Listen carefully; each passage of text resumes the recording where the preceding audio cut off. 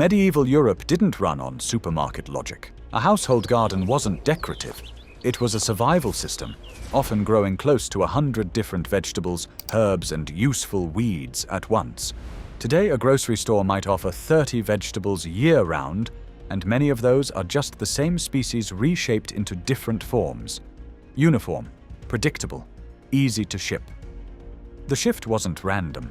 The vegetables that once carried people through failed harvests and brutal winters had a flaw.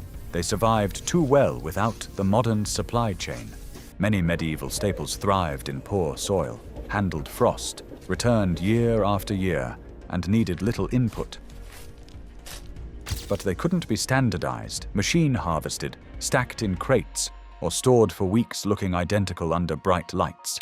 So the resilient plants were replaced by fragile ones that behave better in logistics. The first was once served at royal banquets, and today most people wouldn't recognize its name if they saw it on a seed packet. Skirret. Picture a cluster of pale, finger-length roots, sweet enough that people used to snack on them raw. Medieval cooks described the flavor like parsnip crossed with sweet potato, but cleaner, sweeter, almost like the plant had already done the cooking for you. And the real trick is how it grows. Skirret is a perennial. Plant it once, and it keeps returning, quietly building a food source that doesn't care what the market wants. Skirret doesn't grow like a modern carrot. You don't get one clean spear you can yank out and toss into a bin. You get a crown that produces a tangled bouquet of roots, 8, 10, sometimes 12 slim fingers radiating from one base. Medieval gardeners treated it like a savings account. You'd lift the clump in autumn, snap off what you needed for dinner, then tuck the crown back into the soil so it could regenerate. That means no annual seed purchases, no bare earth sitting exposed, no constant replanting schedule. Some kitchen gardens kept the same skirret patch going for years, long enough that it became part of the property the way an apple tree was. So why did it vanish? Because skirret is everything industrial farming hates. Those thin roots twist, they split, they wrap around each other. A machine built to harvest uniform cylinders can't understand a messy cluster. And once you pull it, skirret doesn't look impressive on a shelf. It looks like a pale handful of knuckles, exactly the kind of vegetable that makes marketing departments nervous. Skirret also refuses to play the storage game. The sweetness is real, but the texture is delicate. It's better fresh, lifted and eaten soon. Perfect for a household garden, awkward for a distribution chain. And that's the pattern you'll keep seeing. If a vegetable can't be shipped like a brick, it gets treated like it never mattered. But skirret mattered. It fed people when soils were poor and winters were mean. It tolerates cold, partial shade, and good enough dirt without throwing a tantrum. You don't need perfect garden beds. You need a corner you can leave alone. Which is uncomfortable to admit, because it suggests something modern life tries to hide. A garden can produce food without constant inputs, without new seed, without yearly dependence. And once you see that, the next plant feels even more suspicious, because medieval villagers didn't just grow it.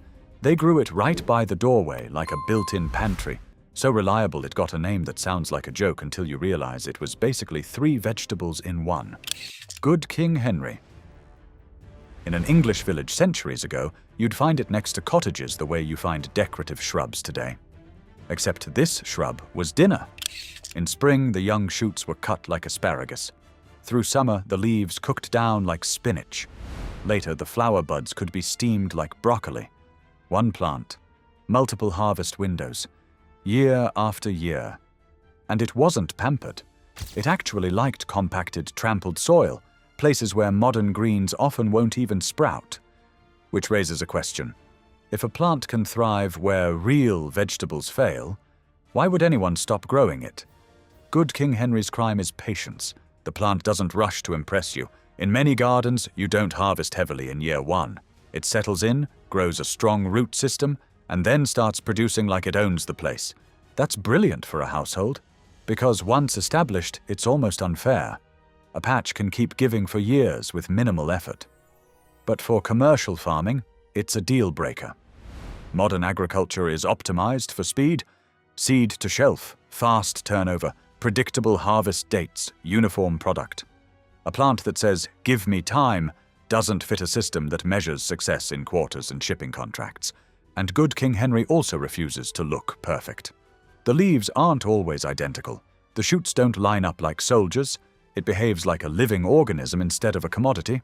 So it gets pushed out of catalogues. It becomes old-fashioned. It gets called a weed. That word is important. Weed often doesn't mean useless. It means inconvenient. Because in older food systems, inconvenient plants were sometimes the ones doing the most work. Feeding people, shading soil, returning year after year, surviving neglect. Now, the third vegetable on this list shows how quickly a staple can be erased when a more shippable replacement shows up. Before celery became the default, Northern Europe used a different plant for the same role, one with a stronger flavor and a kind of wild resilience that makes modern celery look like a fragile houseplant. Alexander's.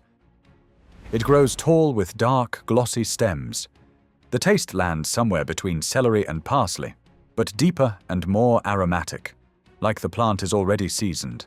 And the best part is that it wasn't a single-purpose crop. Stems could be blanched and eaten, leaves went into soups, roots could be roasted, seeds were used like spice. It grew in places that would ruin a lot of modern vegetables: coastal winds, chalky ground, salty air. In some regions it naturalized so completely that it lived half wild, half cultivated, exactly the kind of semi-permanent food supply that makes a household less dependent. But then celery arrives as a commercial darling: neat stalks, uniform bunches, easy to crate, easy to brand. Alexander's doesn't stack nicely. The hollow stems bruise. The plant doesn't behave in tidy rows unless you force it to. So within a surprisingly short period, the old staple becomes the odd one, and then becomes invisible. Which is the quiet trick of replacement. Once you stop seeing something in markets, you assume it never belonged there. But medieval records kept mentioning Alexander's for centuries, especially around monasteries, where gardens weren't built for profit. They were built for reliability. And reliability is the enemy of a system that needs you buying replacements.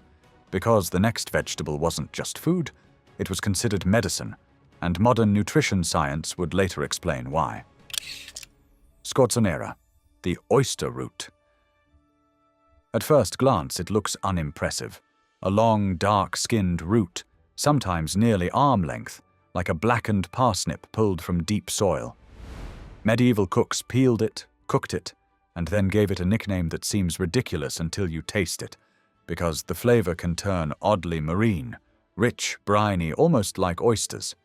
That's why versions of it across Europe picked up names that all circled the same idea: a root that tastes like the sea. But scorzonera wasn't valued only for flavor. Farmers used it like a tool. It drives a deep taproot straight down, breaking compacted earth as it grows. In heavy soils, it acts like a living drill, opening channels that help water move where it normally can't. When harvested, it leaves behind pathways that improve drainage instead of exhausting the ground. That's a medieval mindset we've mostly forgotten. A vegetable wasn't just yield, it was part of how you maintained your land. And then there's what scorzonera does inside the body. It contains high levels of inulin, a prebiotic fiber that feeds beneficial gut bacteria. Medieval healers obviously didn't have the word prebiotic, but they had observation. They noticed that certain foods helped digestion, helped recovery, helped people feel stronger over time. Scorzonera kept showing up in those notes, not as a miracle cure, but as a reliable strengthening food. Yet today it's rare in supermarkets, and when it appears, it's treated like a fancy curiosity. Why? Because it doesn't fit the modern pretty standard. The roots can fork. They can snap if the soil is rocky. The skin looks rough and dirty compared to a polished carrot. And harvesting deep roots isn't always friendly to machines unless the field is engineered perfectly for it. So scorzonera gets sidelined, even though it's hardy, drought-tolerant, and can be left in the ground through cold weather, lifted as needed like a living pantry. And that matters, because it leads into the next vegetable, one so culturally important that it didn't just feed people, it slipped into folklore. There's a famous fairy tale most people think is about a girl with long hair. But the original obsession in that story wasn't hair, it was a vegetable. Rampion, In parts of medieval Europe, rampion was prized as a cold season food, one of the few fresh greens you could still pull when the landscape went dead and stored supplies were running low. And in the old story, a pregnant woman craves it so desperately that a theft happens, a debt is created, and a child's fate gets sealed, because that's how high the plant's value felt in a world where winter could starve you. Which makes you wonder, what kind of vegetable can bend a story like that? Rampion grows like it was designed for the months everyone else tries to forget. It's a biennial. Year 1 it builds, year 2 it finishes. The root forms pale and turnip-like, crisp, mild, slightly nutty, something between radish and young carrot depending on soil and season. The leaves can be eaten too, used like salad greens when salad in winter sounded like a fantasy. Medieval gardeners relied on that timing. While the main summer crops were long gone, rampion could sit there in cold ground, holding freshness the way stored grain holds calories. It doesn't panic at frost the way modern lettuce does. It doesn't instantly bolt and turn bitter under shifting light. It just keeps going, quietly, in the short days, and that's why it was valuable. It filled the gap between the cellar is thinning out and spring hasn't arrived yet. But rampion has the same problem as good King Henry, maybe worse. It's slow. A modern radish can be harvested in under a month. Rampion asks for a full season to build a worthwhile root. That's a terrible pitch in a market where speed is treated like virtue, so rampion becomes a footnote, then a specialty seed, then a name people only recognize because a fairy tale survived longer than the crop. And now we hit a vegetable that makes the whole disappearance story feel almost deliberate, because it thrives in soil that modern farming tends to write off as useless. Agrete, Solsola soda. This one was grown in places that sound impossible: coastal marshes, salty sand, land contaminated with salt, where normal crops struggle to sprout. Agrete is a succulent grass-like plant with thin, crunchy stems. The taste is green and mineral, like a salty green bean with an ocean bite. It doesn't just tolerate salt, it pulls salt up and stores it. That means the plant is naturally seasoned while it grows. And medieval farmers learned something that sounds like modern environmental engineering. If you grow the right plant in ruined soil, the plant can change the soil. They used Agrete like a living cleanup crew. Season after season, it could reduce salt levels enough that other crops might follow. And it didn't stop there. After harvest, the dried plant could be burned to produce a soda-rich ash, an ingredient historically used in industries like glass-making and soap production. One crop feeding households, repairing land, and producing a tradable material. That's not just a vegetable, that's a survival economy. So why isn't Agrete everywhere? Because the entire plant is built for immediacy. Once picked, the stems lose crunch fast. It doesn't want to sit in plastic for a week. It wants to be eaten while it still tastes like the coast. And the modern system hates eat today food, which sets up the last plant on this list, the one that exposes the clearest trade we made. Orach, mountain spinach. If you've never seen it growing, you might not even believe it's related to the mild greens in your salad box. Orach can rise tall, sometimes chest-high, sometimes higher, wearing leaves in deep red, purple, green, even gold. It looks like something ornamental, until you realize people used to treat it as a main cooking green across Europe. Before spinach became the standard, Orach filled that role for centuries. Not because it was trendy, because it was dependable. Spinach has a short fuse. Heat arrives and it bolts. A dry spell hits and it sulks. Harvest it and it collapses into wilt. That fragility is why spinach became a product that requires a cold chain, careful timing, and constant replanting. Orach doesn't care as much. It handles heat better. It tolerates drought better. It doesn't turn instantly bitter the moment weather shifts. And a single plant can produce an absurd amount of edible leaf compared to the neat, low-profile rows of modern greens.